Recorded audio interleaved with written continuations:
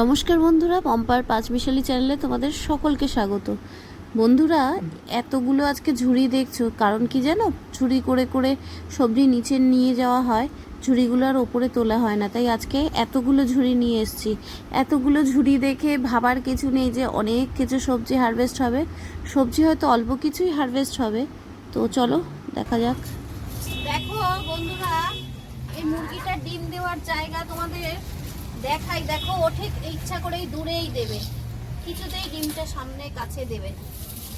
এইভাবেই আন্তরিক দিনই প্রায়।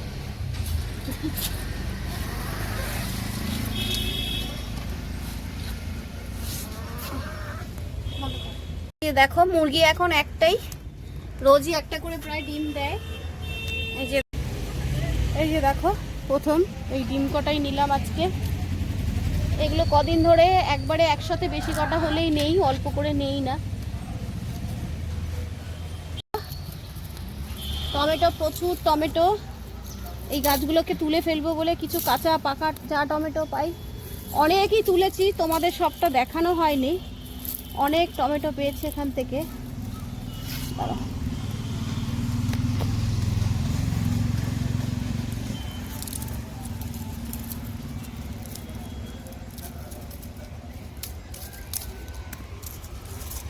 এই যে দেখো, কি গাছটা তুলে ফেলি।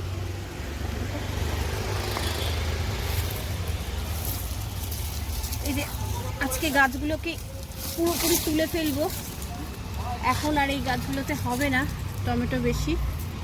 তো এই যে বেঁধে টেঁধে দিয়েছিলাম দড়িতে।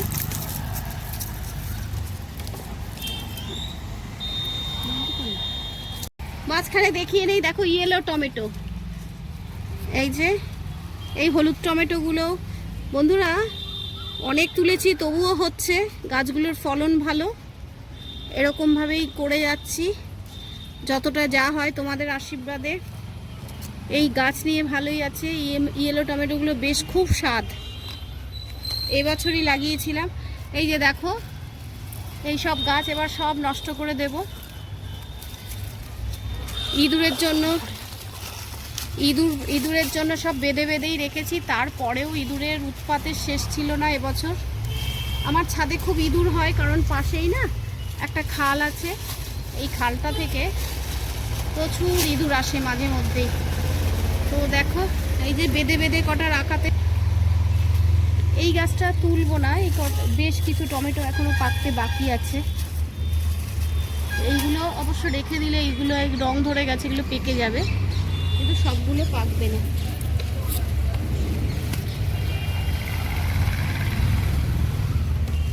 এই যে না দেখার জন্য দেখো, এটা ভালো আছে, কিন্তু এই দেখো এটা আবার পচে গেছে। এটা গাছের গোড়াতেই দিয়ে দেবো, গাছের গোড়াতে দিয়ে দিলে এগুলো আবার সার হয়ে যাবে। এই যে দেখো, দেখেছো সব পচে পচে কিছু গেছে, এই যে কিছু হয়েছে। এগুলো আবার পাকুক। এই যে দেখো, এগুলো শেষের টমেটো, একদম গরমকাল পড়ে গেছে, এই গাছ এবার কেটে ফেলতেই হবে। আর এগুলো কিছুতেই রাখা যাবে না, যে এটা আর আরেকদিন রাখবো, আরেকদিন এগুলো পাকলে আরেকবার তুলে নেবো, হয়ে যাবে। দেখো বন্ধুরা, এই যে গাছের মধ্যে এই যে বেগুনটা হলুদ হয়ে গেছে, এটা কিন্তু হলুদ বেগুন না, এটা কিন্তু সেই মাকড়া বেগুনটা পেকে হলুদ হয়ে গেছে। এই বেগুনটা যদি এখন বসাই, বীজগুলো কেটে একদম বেগুন গাছ রেডি হয়ে যাবে, একদম চারা করার মতন বীজ হয়ে গেছে, পুরো পুষ্ট।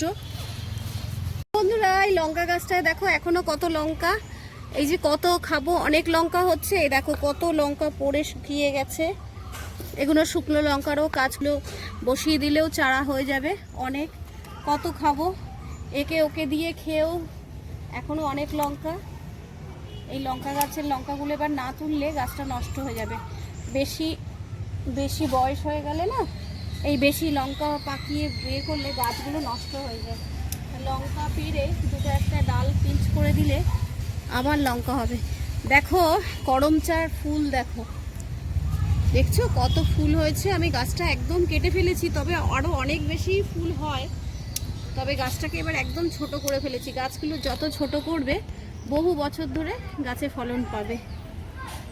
তো এবারে দেখো, এই দেখো লঙ্কা দেখো, এরকম একটা দুটো গাছ, আর প্রচণ্ড ঝাল লঙ্কাগুলো। একটা এরই মাঝখানে এখানে যেটা দেখছো এটা কিন্তু একটা বেদানা গাছ। এই বেদানা গাছটা আমি নতুন বসিয়েছি, দেখো ছোট ছোট ফুল এসছে। তো দেখো এই কটাই হলো, আর বেশি হলো না। যাই হোক, এখন আবার এই যে ছোট ছোট দেখো ফুল টুল আসছে, এই যে দেখছো, এইগুলো আবার কদিন বাদে লঙ্কায় হয়ে ভরে যাবে। দেখো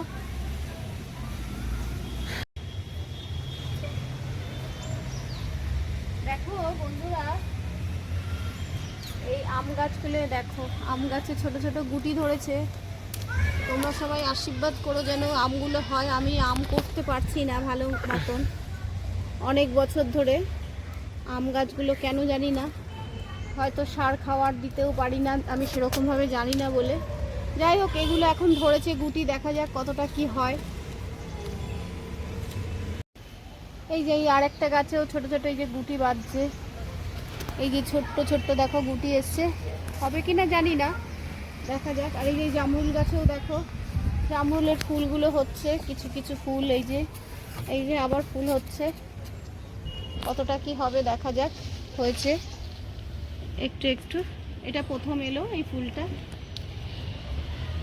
আর এদিকে দেখো পেয়ারা গাছদের দেখো ফুল, দেখো কি পর্যন্ত করি এসছে, দেখো চারিপাশে প্রচুর। দেখো এই দেখো পেয়ারা ধরবে কোথায় জানি না, প্রচুর করি এসছে এখানে ছোট ছোট। এই যে পেয়ারাও দেখো, এই যে দেখো, এই যে পেয়ারাও হচ্ছে। এই যে দেখো আমরা দেখো সব পেকে লাল হয়ে গেছে, একদম মাখা খাওয়ার মতন।